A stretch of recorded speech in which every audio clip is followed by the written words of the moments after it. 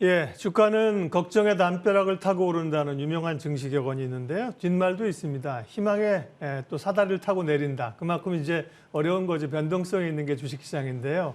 다만 이제 반등의 기운들이 조금 더 강합니다. 시황의 해설자들 오늘은 송재경 한화자산운용 본부장님 모시고 최근에 이 반등 상승의 의미를 어떻게 볼 것이며 어떻게 대응할 것인지 전략 세우겠습니다. 어서 오십시오. 네, 안녕하십니까. 다행스럽습니다. 조금 숨통이 튀었는데요. 주제를 그래서 저희가 이제 지금의 반등을 의미하는 거죠. 지금 차지하고 있는 기회가 탈출의 기회냐, 매수의 타이밍이냐 매번 고민입니다. 그래서 의미를 해석해 볼 텐데요. 크게 보면 어쨌든 상승세라기보다는 약세장 속의 짧은 반등, 베어마켓 랠리로 보는 시각들이 많은데 본부장님도 그쪽이신가요? 네, 저도 그쪽 편에 지금 서 있다고 보셔야 될 것 같고요. 근거를 좀 얘기해 주십시오. 일단은 뭐 사실은 최근 들어서 이제 이번 달 들어서 올랐다는 거는 오히려 침체가 오면 연준이 현재의 그런 강세 기조, 그러니까 긴축을 좀 완화시키고 돌리지 않겠느냐. 수 있다. 예, 뭐 그런 것도 있고 최근 한 일주일 정도 또 이제 달러의 강세가 이제 마무리되고 약세 전환하는 거 아니냐. 이 두 가지가 다 연결돼 있는 건데요. 아직은 조금은 이르지 않을까 싶고요. 첫 번째로는 연준의 그런 긴축 기조, 인플레이션발 긴축 기조는 당분간은 유지된다라고 보는 것이 좀 더 합리적이다 볼 수 있을 것 같고 이번 주 금요일 날 미국에서 발표되는 저 핵심 개인 소비 지출 물가 지수, PC라고 하죠. 예, 이것이 지난달 4.9% 발표되면서 아마 기억하시겠지만 9월 말쯤에 시장이 또 한번 급락을 했던 경험이 있습니다. 이번에는 예상치가 5.15 더 올라간다고 지금 보고 있거든요. 그래서 그 예상치를 어떤 식으로 실제 수치가 나올지 한번 체크를 해보실 필요가 있을 거고 두 번째로는 기업 이익 둔화입니다. 지금 실제로는 3분기 실적까지는 예상보다 괜찮은 기업들이 제법 나오고는 있지만 일부 미국의 빅테크들 중에서 그러니까 어닝샥이 발표들 되고 있고요. 문제는 앞으로의 전망이 좀 더 안 좋아지고 있다는 것이 좀 더 우렸습니다. 거기에 더해서 시장에서는 경기 침체가 오면 이제 연준이 돌아설 거다. 근데 침체는 당장 오는 것이 아니고 지금 침체 가능성이 높아진다는 측면에서 그것은 결국은 기업의 추가 이익 감소로도 연결이 될 수 있기 때문에 이런 세 가지 이슈가 아직은 완전히 해결되지 않았기 때문에 그러니까 단기적인 그런 기술적인 반등 정도는 충분히 기대해 볼 수 있겠지만 완전한 추세 전환에 대해서는 조금 시기상조이지 않을까 이렇게 말씀을 드립니다. 악재는 뭐 산적해 있고요. 그 호재를 찾으면 말씀하신 것처럼 달러의 강세가 어느 정도 진정이 되고 그러면서 우리 원달러 환율도 11원이 하락했습니다. 1,415원이고요. 기술적으로 차트를 보니까 원달러 환율이 일봉상에서는 좀 확 이평선을 뚫고 내려오는 오늘 하락이고요. 변동성 지수도 어려운데 사실 30밑으로 내려왔어요. 미국에. 간밤에도 걱정했는데 28인가 내려와서 다행이고요. 일단 긍정적 뉴스 조금 더 해석을 하겠습니다. 중간선거에 대한 기대감이 높은 상황인데요. 선거가 있으면 결과는 오락가락하는 것 같은데 중간선거 지나면 대체적으로 주가가 올랐다. 이번에도 기대감이 있는데 유효할까요? 1차적으로는 이제 중간 선거의 결과에 따라서 좀 크게 좀 변동이 있을 거다 보고 있고요. 보통 아까 말씀 주신 중간 선거 같은 것이 끝나고 그다음에 올라가는 가장 큰 이유는 정책 불확실성이 사라지기 때문에 그럴 수 있겠죠. 근데 지금 최근 들어서는 민주당이 올해 상반기까지는 인플레이션 때문에 상당히 고생하다가 여름 이후에 유가가 하락하면서 상당히 민주당의 약세가 두드러졌습니다. 그래서 기존에 지금 상하원을 다 가지고 있는 민주당이 현재의 기조를 그대로 그 과반을 유지하지 않을까 생각을 했는데 공화당이 위에 빨간색이고요. 밑에가 이제 파란색이 민주당인데, 그러니까 원래 격차가 있다가 한 7, 8월 여름에 거의 혼조세로 붙었다가 그죠? 네, 맞습니다. 지금은 다시 또 공화당이 치고 나가는 흐름들이네요. 예, 10월 달 들어서 급격하게 다시 정치 침체 우려나 그 유가가 다시 일부분 다시 강하게 나타나면서 결국은 지금 과반을 획득하지 못할 민주당이 그럴 가능성이 있고 그렇게 되면 중간 선거 이후에 그러한 이제 미국 의회에서 민주당이 추진하고 있는 바이든 정부가 추진하고 있는 그런 정책들이 후퇴하지 않을까라는 우려도 충분히 나올 수 있는 상황이라서 지금 얼마 남지 않긴 했지만 미국의 중간 선거에 대해서 계속 관심을 좀 기울일 필요는 있겠다 이렇게 말씀드립니다. 재밌어요. 이제 중간 선거가 미국은 현직 대통령의 무덤이라는데 뭐 이긴 경우가 뭐 거의 역사적으로 없다는 거 맞습니다. 아닙니까? 네. 그런데 주가는 올라요. 왜 그럴까? 정책의 브레이크가 걸릴 거거든요. 지금 네. 그런데도 불구하고 견제와 균형. 또 누가 이런 말씀도 하시더라고요. 근데 2년 후는 또 이제 대선을 해야 되잖아요. 중간 선거에서 소위 표심을 잃었으니까 대선을 위해서 또 정책적으로 힘을 준다. 뭘 하려고 한다. 이런 노력도 있을 거고요. 통계적으로 보면 어쨌든 간에 오른 적이 많았다는 거고요. FOMC가 이제 중간 선거보다 일찍 열립니다. 11월 초 다음 주인데요. FOMC는 부담이죠. 11월은 75bp, 0.75%포인트 인상은 기정사실인데 네. 이걸 시장이 얼마나 반영하고 있느냐 이게 관건인데. 네. 결국은 지금 언제 끝나느냐가 더 사실은 그렇죠. 중요할 예. 것 같습니다. 시장이 이제 이번에 75bp, 그다음에 12월 달에 한 번 남았는데 그때 뭐 50bp로 내리면 그러면 좀 더 나아지는 거 아니냐 이런 이제 해석상의 그런 예, 기대감들이 있는데 결국은 이것이 현재 좀 길게 봤을 때 최종 종착역은 어느 정도로 보고 있냐면 지금 시장에서는 5%까지 좀 보고 있고요. 4.675에서 이제 5%로 평균이 올라갔군요. 네, 5%로 최종으로 보고 있고 이것이 언제 도달할 거냐 보면은 내년도 5월 달 미국의 이제 페드 펀즈 레이트라는 그 선물 있습니다. 예. 선물 그 시장에서 예측하는 것을 반영한 건데 내년 5월에 5%에 도달한다라고 보고 있습니다. 그래서 대략적으로 그 시점까지는 현재는 아직 거기까지는 갈 길이 좀 멀지 않겠습니까? 그래서 그 사이의 속도 조절 자체가 시장에 엄청난 희망이 될 거냐에 대해서는 조금 퀘스천이 있을 것 같고요. 그보다는 결국은 이번에 나오는 그러니까 이번 주 금요일에 나오는 핵심 물가 지표를 가지고 연준이 어떤 식으로 해석을 해주느냐에 대해서 좀 더 집중할 필요가 있지 않을까 이렇게 말씀을 드립니다. 네. 11월에는 75bp, 12월에는 75 아니면 50. 네, 네네. 그런 상황입니다. 네. 당면한 거는 이제 여러 악재들 가운데 실적이잖아요. 그러니까 지금 주가가 여기서 반등해서 가졌으면 좋겠지만 우려하는 분들의 2차 충격이 있을 수 있는 이유 자체가 실적 쇼크가 올 것이다라는 얘기인데요. 미국 기업들은 실적이 선방하는 것 같으면 간밤에는 또 빅테크 기업들 실적이 안 좋았다 그러고요. 국내 기업들은 대체적으로 안 좋게 나오는 거죠. 네네. 네. 일단은 이제 전 세계를 이끄는 게 결국은 미국 기업들이니까 예. 일단 선행적인 역할을 하고 있죠. 근데 그 예상보다는 마이크로소프트를 제외한 지금 나머지 뭐 소위 구글, 알파벳이나 그 외에 뭐 텍사스 인스트루먼트, 기타 등등 최근에 발표되는 기업들의 실적이 생각보다 좀 안 좋습니다. 메타 같은 경우 뭐 안 좋을 걸 봤고. 네, 예, 메타도 마찬가지고. 근데 결정적으로 이제 이런 빅테크 기업들, 미국의 기업들이 우리나라는 뭐 더하긴 하지만 네. 미국 기업들의 테크 기업들의 그러니까 매출의 절반 이상이 해외에서 나옵니다. 근데 지금 달러 강세지 않습니까? 그러다 보니까 당연히 우리나라 입장에서는 원화 약세 달러 강세면 수출 기업들한테는 호재입니다. 좋죠.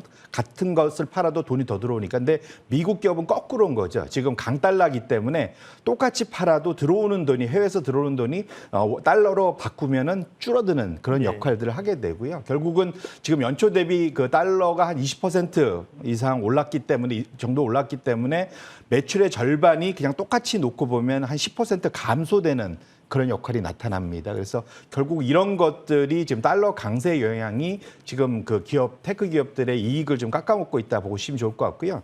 제가 그 블룸버그 차트를 하나 갖고 왔었는데 이제 앞으로는 지금 당장은 미국은 경기 침체는 아닙니다. 사실은 지금 보시면 지금 중간 점선이 이제 경기 침체가 시작되는 시점이고요. 네. 좌측 편에 지금 끝자락 부분에 이제 저희가 들어가 있다 보시면 좋을 것 같고 이제 이익이 상당히 이제 100 이상에서 좋게 가다가 조금씩 내려오고요. 경기 침체가 본격화되면은 실적이 급격하게 내려가는 것을 확인할 수 있습니다. 이게 2차 세계대전 이후에 미국에 있었던 경기 침체 기간에 나타난 기업의 이게 평균적인 트렌드니까 아까 중간 선거 이후에 주가 지수 말씀하셨던 거하고 비슷한 맥락의 그러한 이제 그 통계치라고 보시면 될 것 같습니다. 그래서 결국은 앞으로 경기 침체 가능성이 연준이 물가를 잡기 위해서 어쩔 수 없이 경기 침체를 선택하는 모양새로 가고 있기 때문에 그렇게 되면 만약에 경기 침체가 나타나면 2차적인 경기 침체발 이익 감익이 저런 식으로 내년도에 나타날 가능성이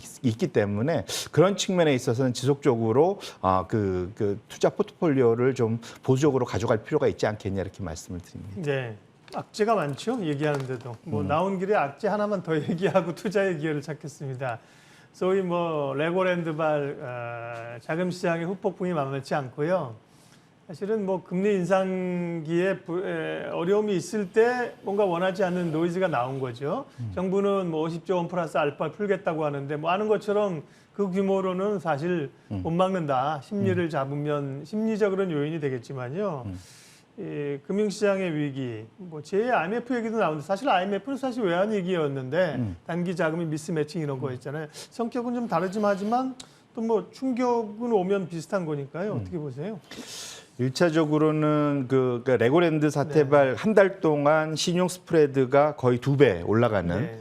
그래서 사실은 거의 단기 자금 시장이 완전히 그 경색, 그러니까 멈춰서 버린 그런 그래서 한전체 사실 대한민국의 그 국가 등급과 거의 맞먹는 한전체가 유찰되는 그런 사태까지 벌어졌기 때문에 사실은 심각했던 건 분명 맞고요. 네. 지난 주말에 발표됐었던 50조 플러스 알파 발표 이후로 어쨌든 그러한 그 소위 금리가 우상향하던 추세는 멈춰서고 일부는 좀 하락했다는 측면에서는 좀 다행스럽다. 말씀을 드립니다. 근데 다만 이것이 지금 영국에서 봤던 것처럼 총리를 바꾸고 완전히 그다음에 감세안을 철회하고 뭐 이렇게 하면서 다시 정상 수준으로 내려가는 그런 수준까지 가려면 현재 우리나라는 또 영국하고는 좀 다른 케이스라서 지금 이 50조 플러스 알파에 대한 시장의 평가는 일단 지켜보자 정도 수준으로 봐야 될 것 같고요. 이후로 만일 지금 우리나라의 이제 부동산 PF와 관련된 신용 경색 가능성은 좀 여전히 좀 잔불이 계속 좀 남아 있는 상태고 잠깐 멈춰져 있는 상태이기 때문에 네. 시장이 워킹을 해서 이것이 해소가 되면 다행인데 그게 안 될 때는 아마 이번 그 주말부터 한은의 추가적인 정책들이 나오는 것을 보면서 이것의 해결 가능성에 대해서 체크를 해볼 필요가 있지 않을까 이렇게 말씀을 드립니다. 네. 본부장님은 뭐 잔불이 남아 있다고 하셨지만 사실은 뭐 제 생각은 주부를 아직 못 잡은 거 아닌가 이런 사실은 생각도 드는데요. 맞습니다.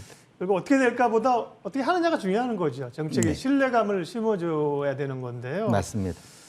예, 지금까지 나왔던 요인들은 대체로 부정적인 얘기였었는데요.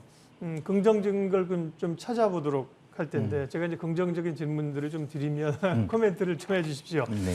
달러 강세가 추세적으로는 가겠지만 단기적으로는 좀 분명히 꺾였고요. 그러면서 외국인들의 최근에 또 사들어오는 거 이런 것들을 보면 수급적인 요인들은 좀 개선이 돼서 주가 상승은 좀 기대할 수 있는 거 아닌가요? 네. 1차적으로는 말씀 주신 대로 달러 강세가 멈춘 건 정말 다행이다 보고 있고요. 이 두 가지에는 최근 일주일 사이에 미국, 그러니까 일본 중앙은행의 본격적인 그 개입, 그렇죠. 150엔을 뚫다 보니까 이것을 막기 위해서 네. 한 370억 달러 정도를 썼다 뭐 이런 얘기가 나오고 있죠. 1차적으로는 엔화가 이제 하락 반전했다는 거. 그다음에 두 번째로는 위엔화가 7.3엔까지 달러당 7.4엔까지 갔다가 중국 인민은행이 또 개입을 하면서 일정 네. 부분 돌아선 거.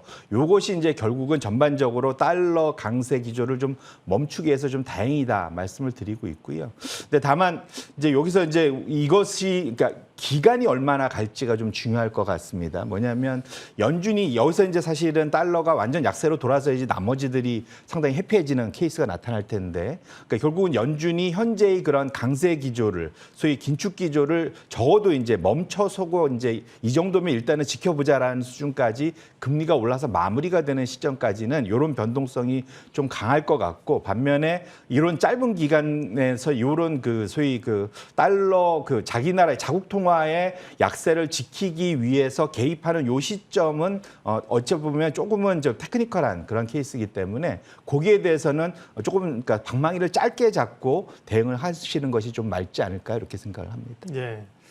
또 뭐 경기 침체 이런 것들도 선반영한다는 차원에서의 가능성, 뭐 몇 가지 밸류, 그다음에 또 수급상의 뭐 공매도 제한 이런 게 있긴 한데요. 시간이 마무리를 해야 될 시간. 두 가지 질문으로 마무리하겠습니다. 일단은 그러면 지금의 반등이 어느 정도 갈 수 있느냐, 반등을 이용해서 비중을 줄이는, 그러니까 제목처럼 저희 반등을 줄이는 기회로 삼아야 되느냐, 아니면 연말 연초를 보고 비중을 확대해야 되는 기간이겠는가? 그 질문에 먼저 답변해 주십시오.